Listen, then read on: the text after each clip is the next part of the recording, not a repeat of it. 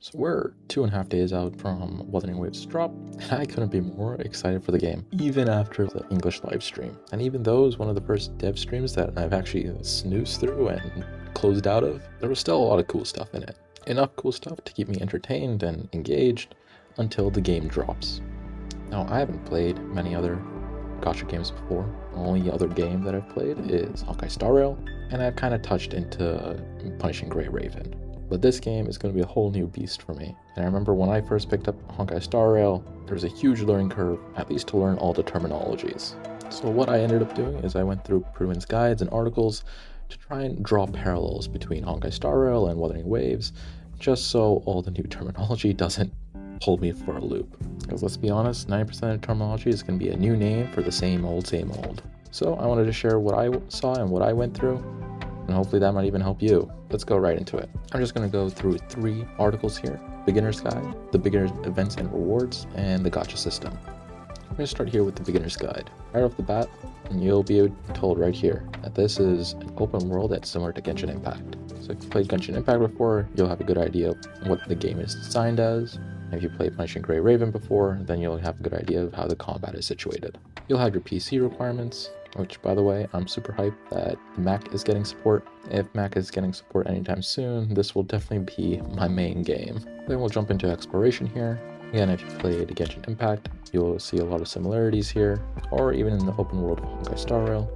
You'll be opening chests and doing side quests and beating these world bosses, or open world bosses, or elites as we call them in Honkai Star Rail. And for each of these, you'll get a first time reward. Often it will be the Union level XP or Astrites in Wuthering Waves. In Honkai Star Rail, we would have called these Trailblaze level experience and Stellar Jades. Now, Union level experience is going to be important because you want to increase Union level. And as you know, in Honkai Star Rail, your Trailblaze level is tightly locked to your world level, and with the higher Union levels and higher world level, you can get access to higher tier and higher quality rewards. And as always, Astrite is going to be super valuable, as Stellar Jades are in Honkai Star Rail. This is going to be your premium currency that you'll be hoping to get every patch, and you'll be using to pull on your characters, your weapons, and all that stuff. There's not too many similarities in terms of combat with Honkai Star Rail. You'll probably find more similarities to Punishing Gray Raven or Genshin Impact, or even a game like Honkai Impact 3rd. But there are some terminologies that we'll go over later, and those will have some parallels to Honkai Star Rail. Again, if you want more information on combat and co-op experience, you can look to videos by Vulcan or any other guide makers here on Prydwen's site, or any other guide maker that you trust on YouTube, Twitch, wherever you can consume your information from. Now we'll jump into the meat. A gacha system is so important that it has a page of its own.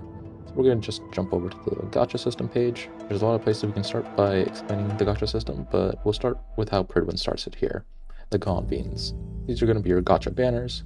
In Honkai Star Rail, our gacha banners are going to be like our lexicon event banners, our limited character banners, your standard Stellar Warp, or even in the beginning when we had Departure Warp. Like I was saying before, our premium currency here is Astrites instead of Stellar Jades, and these can be used to be converted into tides. Tides are the equivalent of the gacha tickets, or in Honkai Star Rail, we call them passes. These are the 2 currencies that you'll be looking for in terms of rewards from events and missions, as these are the currencies that allow you to get your characters and weapons. Now in Honkai Star Rail, we have 2 types of gacha tickets, the Standard Pass and the Special Pass. In Wuthering Waves, we'll have 3 types of gacha tickets. We'll have the Lustrous Tides, which is the equivalent of the Standard Pass. Then we'll have the Radiant Tides, which are specifically used on the character event convenes. And then we'll have the Forging Tides, which are used specifically for the weapon event convenes. In Honkai Star Rail, both of these passes would be the equivalent of the Special Pass. Now every time you pull, there's a little bit of cash back that comes in the form of Oscillating Corals or Afterglow Corals. In Honkai Star Rail, we call these Undying Embers and Undying Starlight. You'll get Oscillating Corals for obtaining 3-star weapons, and this is similar to Honkai Star Rail. We'll be getting Undying Embers for every 3-star light cone, and Afterglow Corals you either get for getting a 4-star weapon or 5-star weapon, or for getting 4-star dupes or 5-star dupes. This is similar to Honkai Star Rail, where we'll get Undying Starlight for duplicates of the different characters and different rarities of the characters. Now, if you're looking at the numbers, yes, you'll get more Undying Starlight for duplicates and for the 3-star weapons compared to Wuthering Waves cashback here. But it's also important to note that the shop prices are also different. The price for the pull, the price for the gacha tickets here are considerably cheaper than compared to what we have in Honkai Star Rail. The other thing to note here is these wave bands. Wave bands, or dupes, are the equivalent of eidolons in Honkai Star Rail. One thing I noticed here is you'll be able to get limited event character dupes and also standard character dupes. It's possible that these will also refresh, so if you're hunting for a specific eidolon or wave band, you may not have to rely on chance. Now into the banners themselves. The first banner that'll show up in the gacha system here is going to be the Novice Convene. This will guarantee a 5-star at the end of 50 pulls, and of the 50 pulls you'll be at a 20% discount, so you'll only really be doing 40 pulls. And if you remember from when you started Honkai Star Rail, we had something similar called the Departure Warp. Again, 50 warps, 20% off, and you're guaranteed a 5-star. Now, Wuthering Waves does have something unique going on where you'll be able to choose which 5-star you want to go for or which one you want to target. So you may want to look into that, because that might influence how you decide to spend your standard passes. The next banners I want to look at are the Character Permanent Convene and the Weapon Permanent Convene. These are going to be your standard banners, most similar to the Stellar Warp here. In Honkai Star Rail, they combine the two so that you can get both characters and light cones in the same banner. In Wuthering Waves, they've decided to split the two banners so you can target either getting a character or getting a weapon. The next two banners are going to be the Character Event Convene and the Weapon Event Convene, and this is going to be something we're all familiar with here. In Honkai Star Rail, they'll have a Character Event Warp and a Light Cone Event Warp. The rates and everything are a little bit different here. For example, the Weapon Event Convene will have 100% guarantee on the weapon, whereas in Honkai Star Rail it's a 75-25. The percentages are also a little different, and the max pity is also a little different here. Also, we're not sure if there's any soft pity that happens, but this is all stuff we'll learn slowly as the game progresses and as we get more data. But that's it for the gacha system. Let's head back to this page and we'll continue going down. Now we'll go over the Resident Kit terminology. Again, most of this is going to look similar to you. HP, attack, defense, this is going to be common. Crit rate and crit damage is also pretty commonly known. Max stamina is probably something you've seen in Genshin Impact. Energy regen is pretty commonly known. In Honkai Star Rail, it's used to charge your energy for your ultimates, and similarly in Wuthering Waves, it's going to be used to charge your Resonance Liberation, which is also known as the ultimate. Wuthering Waves also has all these additional damage bonuses. In Honkai Star Rail, we only really concern ourselves with the elemental damage bonus, but these other damage bonuses do exist in Honkai Star Rail, just not overtly. For example, Honkai Star Rail has basic attack damage bonus if you use the propagation path in Simulated Universe. We also have ultimate damage bonus if you use the erudition path in Simulated Universe, or if you use Acheron. But at the end of the day, this is just another multiplier in the damage formula. I should note though, I don't know what the damage formula looks like or what it is, but call me crazy. My guess is going to be that if you want to see big numbers in your attacks, you're probably going to want support units or harmony units that boost these damage bonuses. Again, elemental damage bonus is something we've seen in Honkai Star Rail. There's also elemental damage res, and we also have something similar like that in Honkai Star Rail. If you've ever used the Day 1 Light Cone, you'll see that it gives you an all-type damage resistance. Healing bonus is also pretty commonly known. This is just going to increase your output, healing output. In Honkai Star Rail, we call this outgoing healing bonus. In terms of resonator elements and weapons, there's a good variety of them. How these interact, I don't know yet, but more likely than not, it's probably going to be important to have good variety. We've also got 5 different weapon types. Again, likelihood is that no one weapon type is going to be particularly powerful, but it's possible having a good variety, it's going to be useful. Now let's get into the skill names. Basic attack is your attack that you can just spam indefinitely. It doesn't consume any combat resources besides time, and just like in Honkai Star Rail, the basic attack in there doesn't consume any skill points.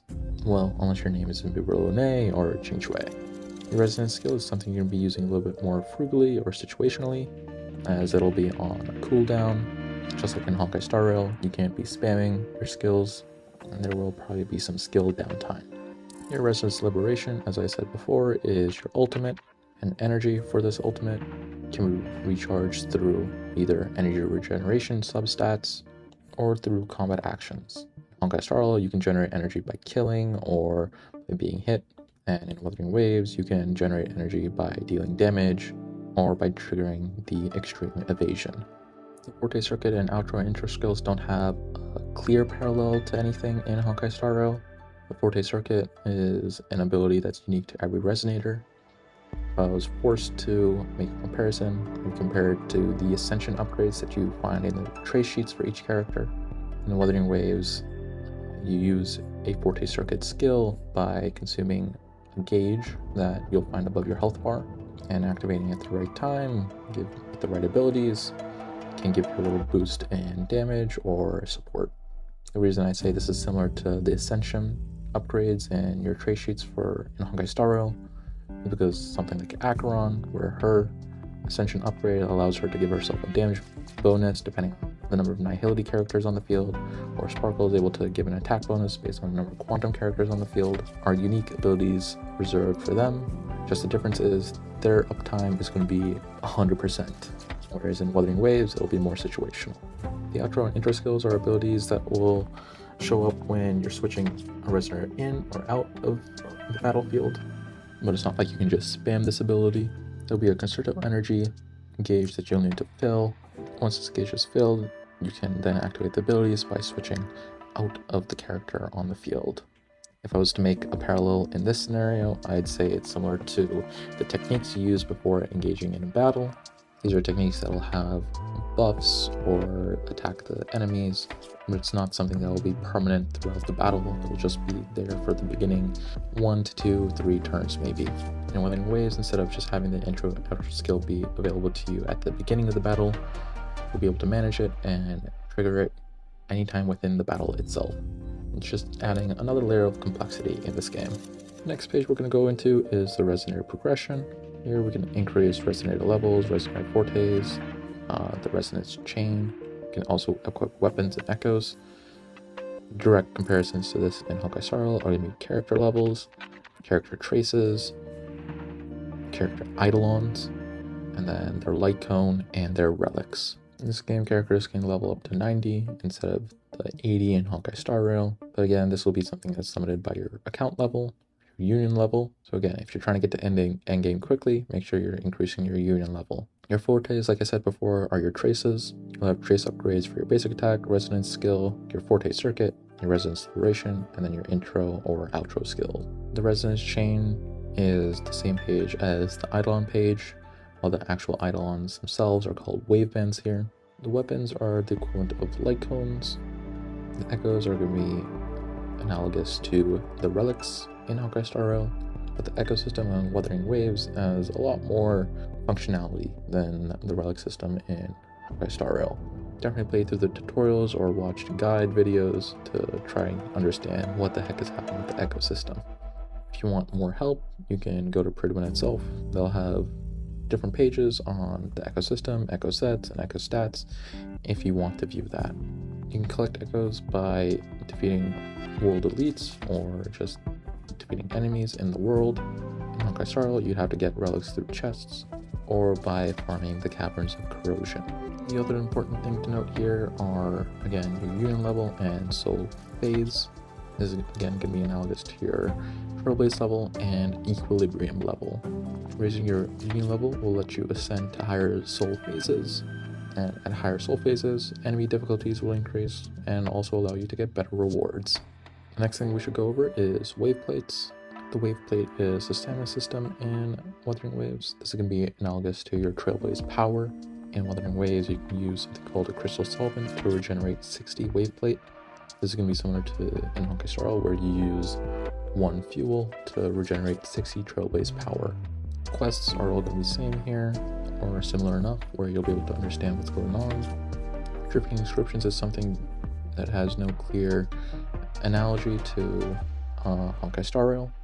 These are just beginner missions to get you jump started in this game. The trophy system is going to be your achievement system. The Pioneer Podcast is going to be your battle pass, similar to the Nameless Honor in Honkai Star Rail. And then you'll also find different game modes. You'll be able to farm stages for resources and bosses using your wave plate stamina, quickly going over it. The simulation field is going to be most analogous to the Golden Calyx. The Forgery challenge is going to be most similar to the Crimson Calyx. Boss challenges are going to be more like the Stacking Shadows. The Tacit Field Cleanup is going to be like the Cavern of Corrosion. And your weekly challenges are going to be like your Echoes of War. The Tower of Adversity is going to be the main endgame content that we'll be grinding. Similar to Forgotten Hall, you'll have the first stage, like the Memory of Hero 6 or Memory of Zhangzhou Luofu, which is permanent content with one-time rewards. This is going to be analogous to the Stable Zone and Experimental Zone. And then you'll have another stage which will be cycling periodically.